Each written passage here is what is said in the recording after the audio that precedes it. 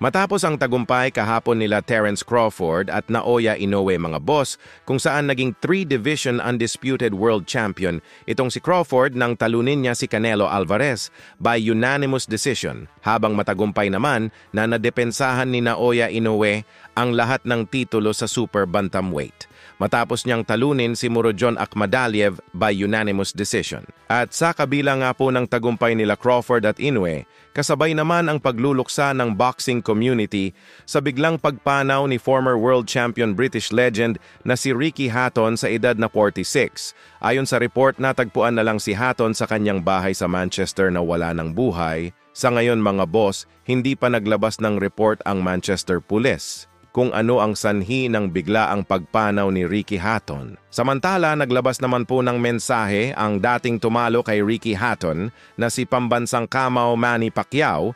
Ito ang sinabi sa post ni Pacman, "I am deeply saddened to hear about the passing of Ricky Hatton. He was not only a great fighter inside the ring, but also a brave and kind man in life. We shared unforgettable moments in boxing history, and I will always honor the respect and sportsmanship he showed. Ricky fought bravely, not just in the ring, but in his journey through life.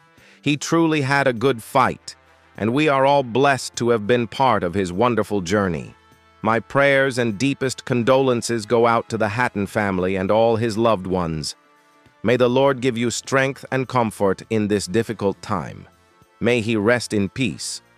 So dalawang sikat na boxer na ang nakalaban ni Pacman. Ang pumanaw una si Lehlo Lebuaba na maalam si Lebuaba noong 2021 sa edad na 49. Ngayon naman na maalam si Ricky Hatton sa edad na 46. Kaya ang bilis lang po ng buhay mga boss. Hindi natin alam kung hanggang kailan tayo mananatili sa mundong ibabaw. Kaya mas maganda kung piliin natin ang gumawa ng mabuti sa kapwa. Bago pa man mahuli ang lahat, marami dyan nagpakasasa sa kaban ng bayan, hindi nila pera, pero wagas kung makawaldas sa budget ng flood control project, sabay nagtuturuan ngayon at hugas kamay. Yan ang masaklap. Sa kabilang banda matapos madepensahan ni Naoya Inoue ang lahat na titulo sa super bantamweight, kung saan tinalo niya si Akhmadaliev by unanimous decision, na hindi man lang napabagsak ni Inoue si Akhmadaliev dahil dyan, may matinding pasaring na naman si John Riel Casimero ayon sa post nila sa Cuadro Alas, "It's my boy official FB page Inoue. Sa sunod na laban mo, hindi na ako manunood, pangit ng laban mo." So napapangitan si Casimero sa estilo na pinakita ni Inoue na umaatake sabay umaatras-atras. Sa isang birada naman ni Cuadro Alas, ang sabi niya, "Boxing fans, abangan nyo na lang laban ko sa laban. Kulang kayo makakita ng magandang laban talaga. Boring yan si Inoue."